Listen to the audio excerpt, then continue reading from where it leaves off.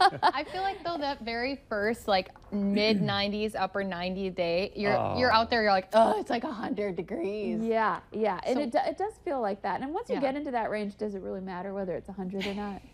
See, I don't think so. Okay, can I ask some dummy weather questions? Oh, quickly? Oh, I boy. had one too, Oh so boy, I'm getting after Chris. peppered. Okay, all right, let's go. So the Hatton tornado, number one, it was really wide. I don't understand. Like normally, I think a tornado is being very skinny. Why did that one stay so wide? Well, that one looked wide, and it was because the person who took that photo was so close. And we did zoom in on it on that photo as well. Did you happen to see the video that Yes, that one was of our my viewers next- got? That he was also very close. We don't recommend people do that. Yeah. But the path length was over 2 miles, but the width, according to the National Weather Service survey, was only, and I say only, compared to some of those bigger tornadoes, 50 yards, so half a football field, which is very wide, but, you know, especially if you're in the path of it. But, you know, you hear about those huge wedge tornadoes that can sometimes almost be a mile wide. So Yeah. this one wasn't as wide as it looked in some of those pictures and on the videos. It was just that the vantage point was close. And in the to that video, storm. it looked like it was almost stagnant. Like it was just Yes. rotating. So why,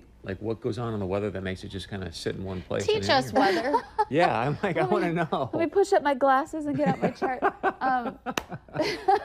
Well, it was the environmental conditions. So the storm itself really wasn't moving at that point in time. So you got a stationary storm. So that tornado was just spinning, just kind of sitting there and spinning for a while. And it was actually those conditions that created the tornado. We had an upper level low that was creating just a lot of spin in general in the atmosphere. And so when that storm popped up, there wasn't a big movement going on within those storms to help propel it forward. So eventually they did start to pick up some steam and move, but in that initial development phase, we were watching those storms just sitting there. In fact, the Inkster area, which also had a tornado, that was an EF0 as well, that storm just sat there too, and it produced 1 inch to 2 inches of rain. I can't remember what the exact number was, but they got a bunch of rain. Wow. underneath So that one last dumb question. So you're saying the storm's not moving, but obviously something's spinning really fast, and what's causing that rotation if the storm's not? Well, part of it, it's a different kind of, it's not necessarily a classic big supercell thunderstorm where you've got that circulation coming from within the storm itself. There is some circulation happening there, but these were a different type. We can sometimes call them land spouts, where you see the circulation kind of happen at the surface because you've got this storm rapidly developing. I'm getting too into the details here, but No, we like Yeah, it. me too. so you get some rapid rise in the air. It's rapidly rising, and that causes a stretching, and then you get some spin going on with the spin that was happening overall in the atmosphere. So you start to see that formation near the surface first, and then it reaches that thunderstorm cloud. So so that's why it was a little bit different than the classic kind of supercell tornadoes that we see a lot of times. I have a question. I see a hand. I see a hand. Yes. My question was also kind of along the lines of teach us science. Was it darker because it was in a field? Because it looked really looked Yes. really dark, and sometimes they're really white. We have another photo of that same tornado, and I'll show you this here. This one might give you a better view of that. So you see near the ground, there's all that dark. That's the dirt that's getting kicked up. And a lot of times, you know, sometimes you get a condensation funnel, which is part of the cloud that drops down. But sometimes you don't even see the cloud. You just, in order for a tornado to form, you have to have that circulation make it to the ground, but the funnel cloud doesn't necessarily have to.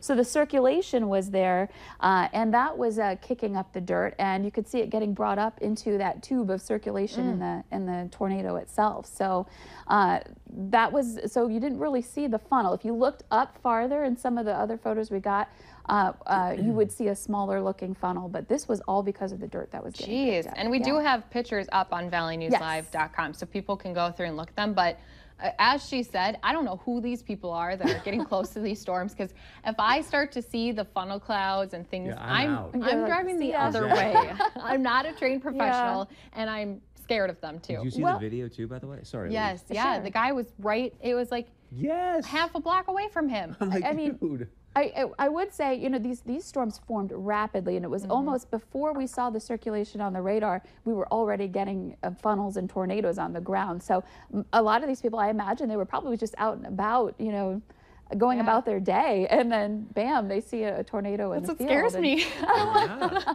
That's what gets so scary is like Yeah. it can just pop up anywhere, but that's why. And that pit, I mean, it Oh. just looks so ominous. Where Yes. it's just this dark thing, like looks like a finger, like God just went, I'm gonna poke it right Poke there. right here in Yeah. the ground. Okay. And luckily, it was just in a field. It was, from Yeah. what I understand, Exactly. it missed Hatton by a mile. So Hatton very lucky, and a lot of those farmstead is in that area too. And thank you for your weather 101. Thank you, Lisa. You're welcome. She taught us so much I today. know. If you want to bring her into your classroom, you can probably hire her. I'll be your agent. Call Valley Okay, News great. Live I now. love it. Let's do it. Oh, okay, thank you, Lisa.